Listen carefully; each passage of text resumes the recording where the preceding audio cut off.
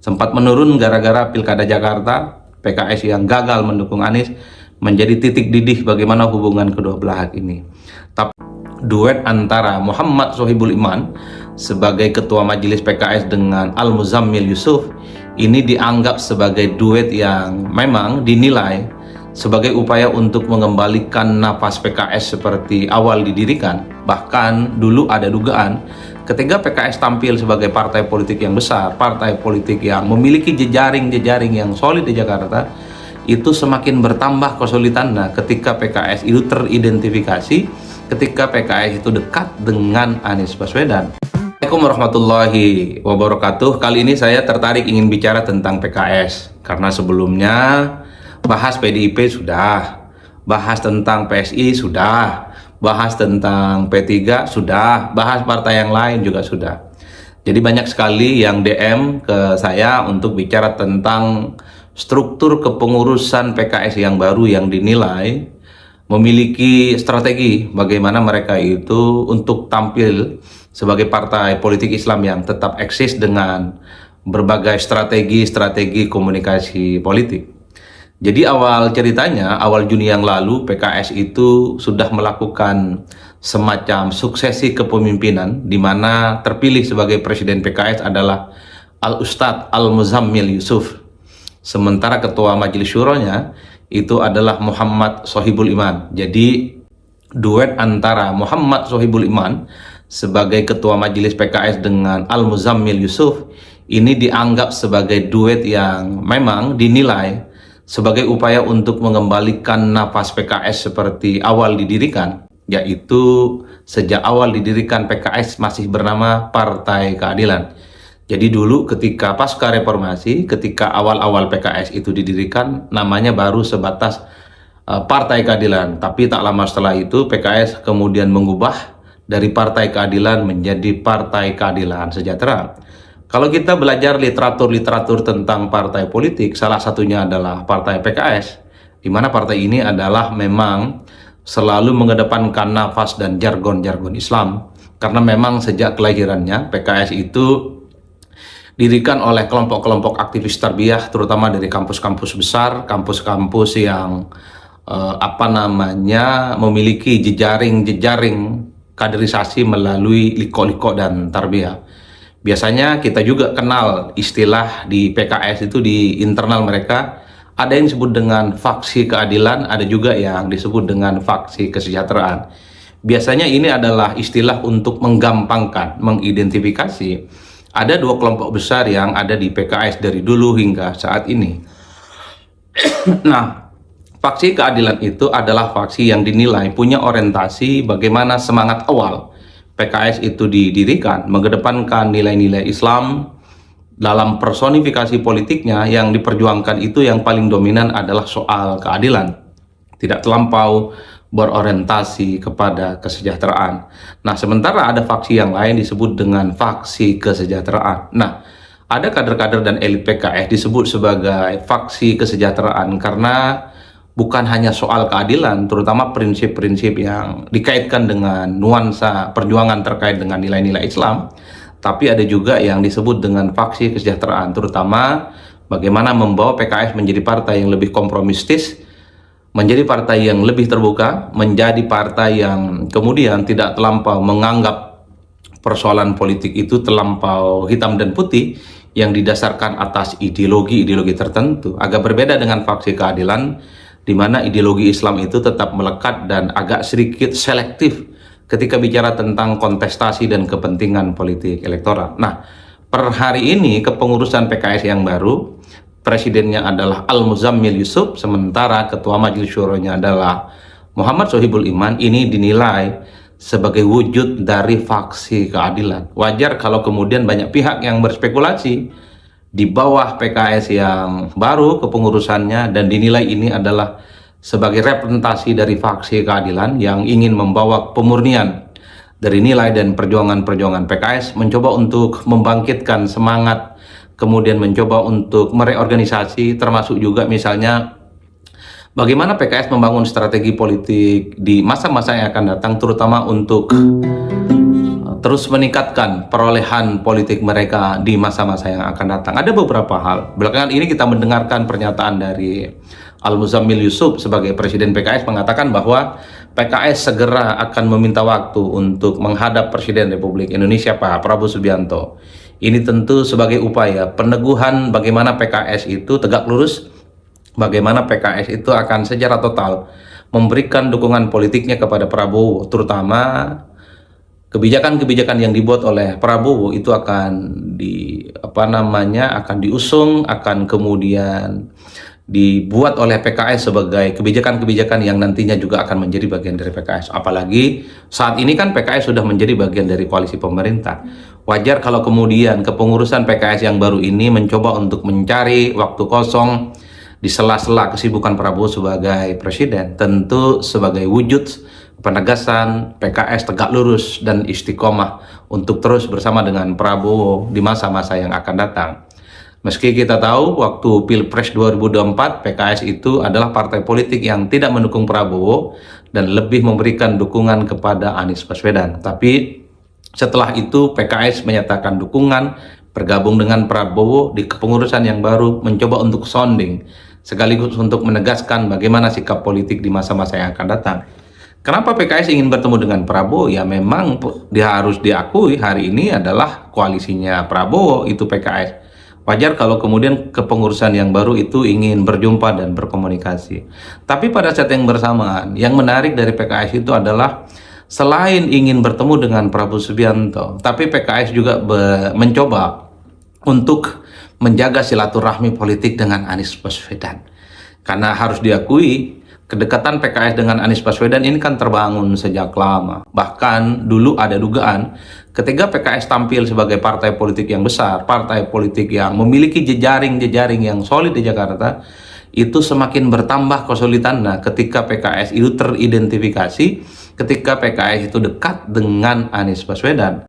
Kalau kita membaca argumen-argumen survei, basis-basis pemilih PKS adalah mereka yang terkonfirmasi memberikan dukungan secara total kepada Anies Baswedan. Begitupun sebaliknya, pihak-pihak yang selama ini suka dengan Anies Baswedan adalah mereka yang pilihan politiknya kepada PKS dan caleg-caleg yang kemudian maju dari Partai Keadilan Sejahtera.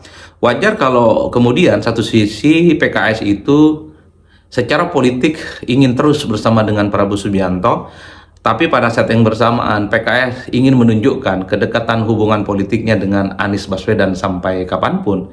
Ini tentu sebagai upaya bagaimana orang-orang yang selama ini dianggap suka, orang simpati dan respek kepada Anies Baswedan, itu diharapkan kembali ke PKS dan tidak kepada partai-partai yang lain.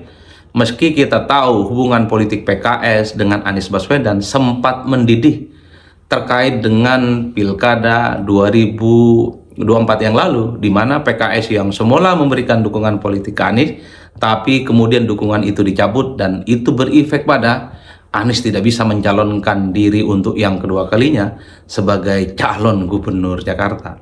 Hubungan politik Anies dengan PKS sempat mendidih, sempat panas, begitu banyak loyalis-loyalis Anies yang kelihatan marah dengan PKS.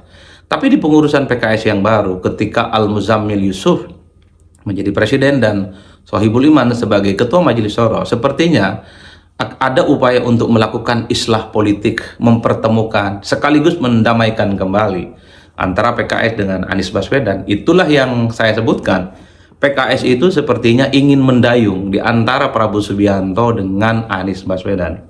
Satu sisi PKS tidak bisa menyembunyikan keinginannya untuk terus bersama dengan Prabowo Subianto, mendukung secara total, loyal kepada Prabowo, apalagi saat ini PKS itu sudah menjadi bagian dari koalisinya Prabowo. Meski pada saat yang bersamaan, secara konstituen politik, PKS juga tidak mau basis-basis pemilihnya, basis-basis pemilih PKS itu hijrah ataupun pindah, gara-gara misalnya PKS tidak memiliki hubungan yang baik dengan Anies Baswedan. Wajar kalau kemudian dalam sebuah sambutannya Al-Muzammil Yusuf mengatakan juga akan berkomunikasi dan bersilaturahmi dengan Anies Baswedan. Tentu sebagai upaya untuk menggembok sekaligus mengkunci supaya loyalis-loyalis para pemilih-pemilih Anies itu adalah mereka yang juga diharapkan terus bersama dengan PKS.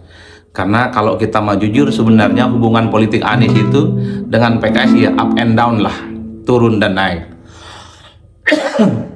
Dulu kita tahu bahwa ya memang PKS lah yang paling identik dengan Anies Baswedan. Begitupun sebaliknya, Anies itu juga paling identik 11-12 dengan PKS. Sempat menurun gara-gara Pilkada Jakarta, PKS yang gagal mendukung Anies menjadi titik didih bagaimana hubungan kedua belah ini. Tapi kemudian usaha ini akan terus dirajut kembali.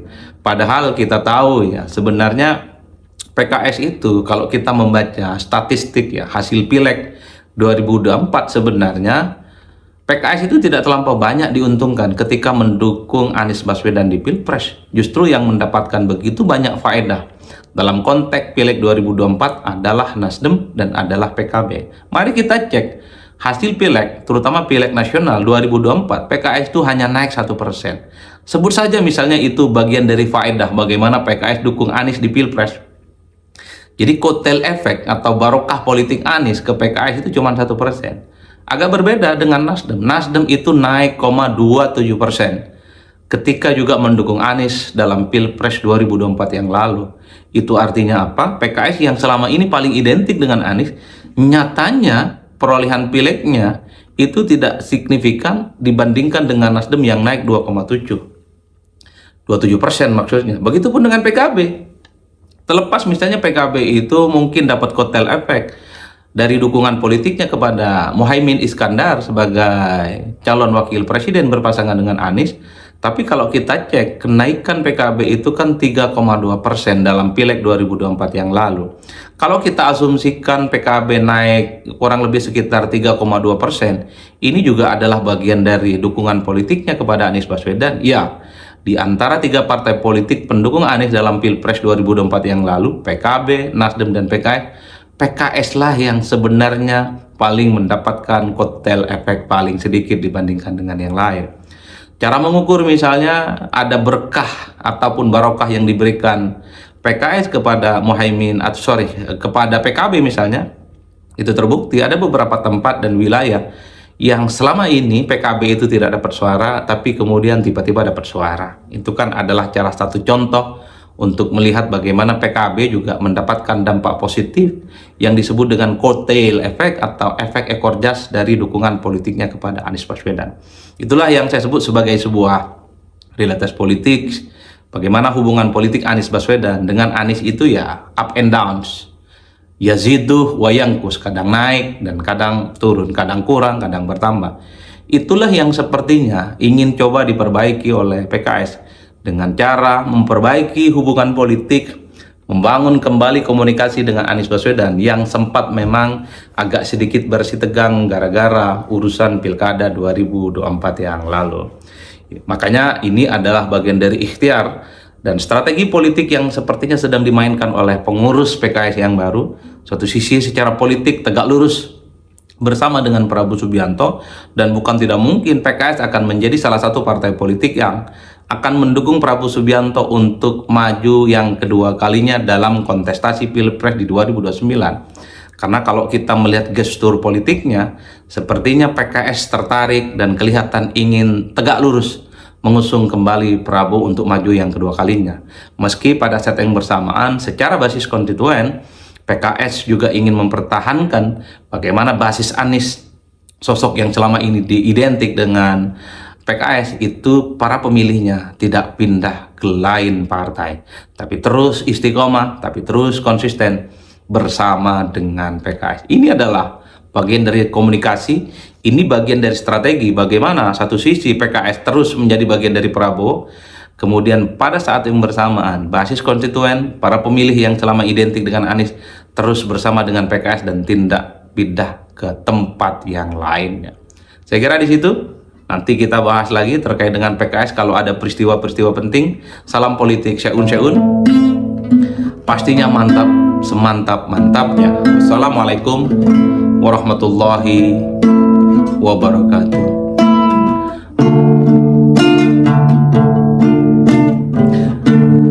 Halo teman-teman, berjumpa bersama saya di Politik Dahi. Apa yang dikatakan Adi Prayitno ya, bagaimana PKS itu mulai bermedah teman-teman. karena ada pengurus baru dari PKS, teman-teman. Tapi ya, nasi sudah menjadi bubur.